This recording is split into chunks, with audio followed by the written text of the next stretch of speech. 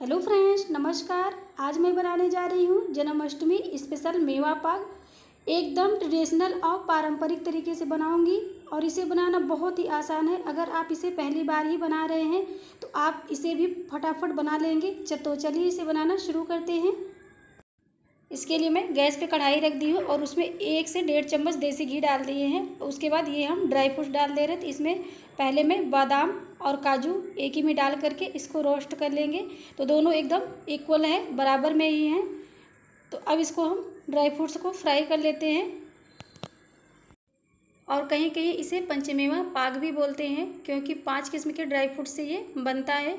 और इसे बनाना इतना आसान है कि हर कोई बना करके तैयार कर सकता है। तो स्पेशल ये खासकर कृष्ण जन्माष्टमी पे कृष्ण जी के भोग के लिए बनाया जाता है।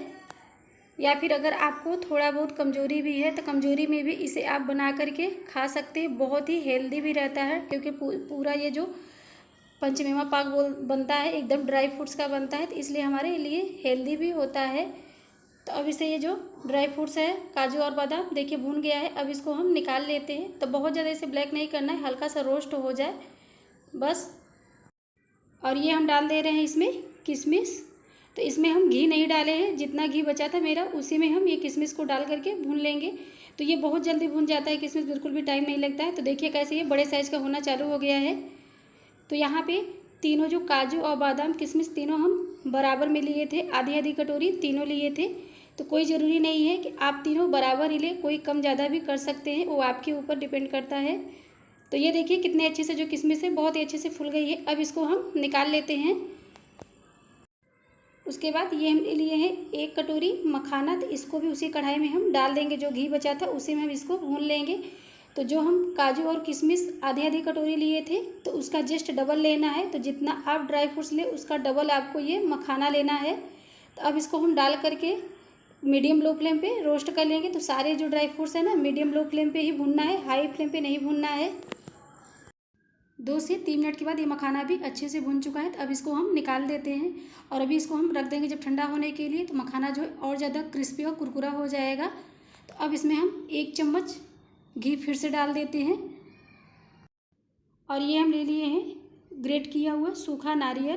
तो अगर आपके पास ये नहीं है तो आप इसकी जगह नारियल का बुरादा भी ले सकते हैं, उससे भी बहुत अच्छा ये मावा पाक बन के तैयार होगा। तो अब इसको हम रोस्ट कर लेते हैं।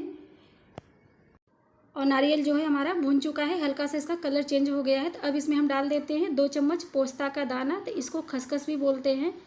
अब इसको डाल करके हम रोस्ट कर लेंगे। तो बहुत ज़्यादा इसको टाइम नहीं लगेगा भूनने में, सिर्फ 1 से 2 सेकंड ही लगते हैं, इतने में ही इसका कलर चेंज हो जाता है। तो आप यहाँ पे और भी जो ड्राई फ्रूट्स है ऐड कर सकते हैं, और जो नहीं है उसको स्किप भी कर सकते हैं। कोई ज़रूरी नहीं है कि आप यही ड्राई फ्रूट्स लीजिए। तो अब देखिए भून चुका है, अब इसको हम निकाल लेते हैं।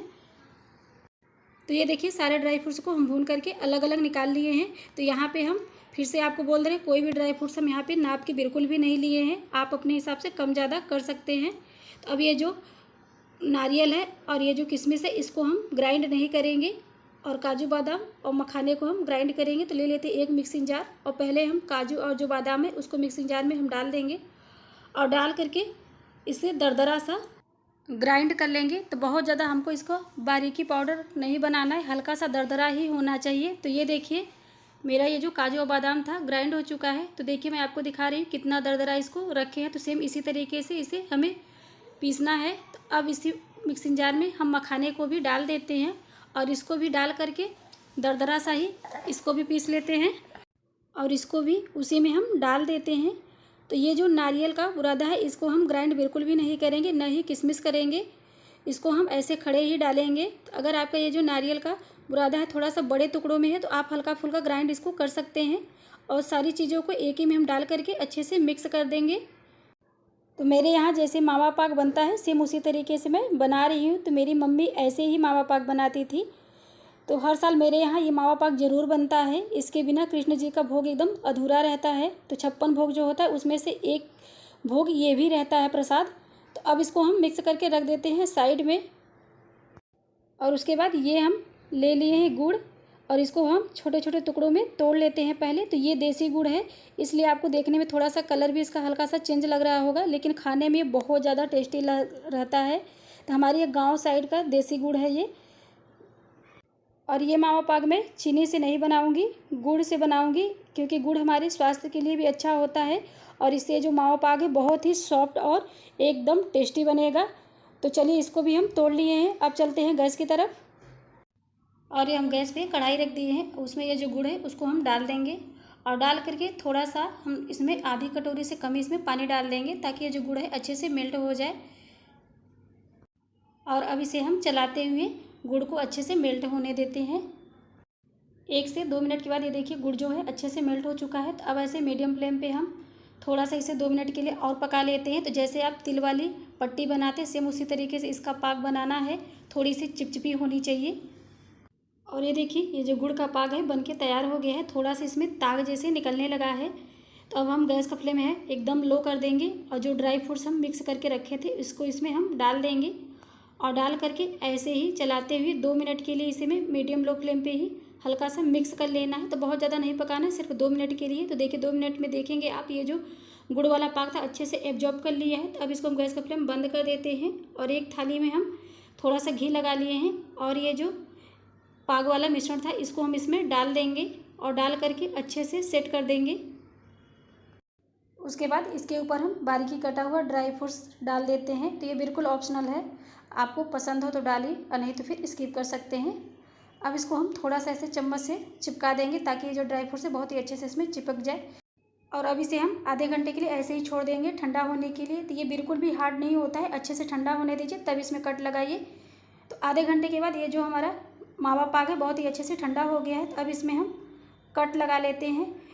और अगर आप अभी तक मावा पाक नहीं बनाए हैं तो इस जन्माष्टमी इस मावा पाक को बना करके ज़रूर ट्राई करिएगा। बहुत ही टेस्टी और डिलीशियस ये मावा पाक बन के तैयार होता है। तो मैं आपको इसका टेक्सचर भी दिखाऊंगी कितनी सॉफ्ट और कितनी टेस्टी ये मावा पाक बन के तैयार होता है। तो ये देखिए कितनी आसानी से ये कट जा रहा है, बिल्कुल भी हार्ड नहीं है। और चीनी का होता है तो हार्ड हो जाता है। और ये देखिए कितना सॉफ्ट और मुलायम ये मावा पाक बना हुआ है, बिल्कुल भी हार्ड नहीं है। तो फ्रेंड्स एक बार इस रेसिपी को बना करके ज़रूर ट्राई करिएगा। अगर आप सबको हमारी ये रेसिपी पसंद आए तो प्लीज़ वीडियो को लाइक शेयर करिएगा और हमारे चैनल पे नए हो तो चैनल को सब्सक्राइब करना मत भूलिएगा। और फिर मिलते हैं ऐसी एक नई रेसिपी के साथ, तब तक के लिए बाय बाय।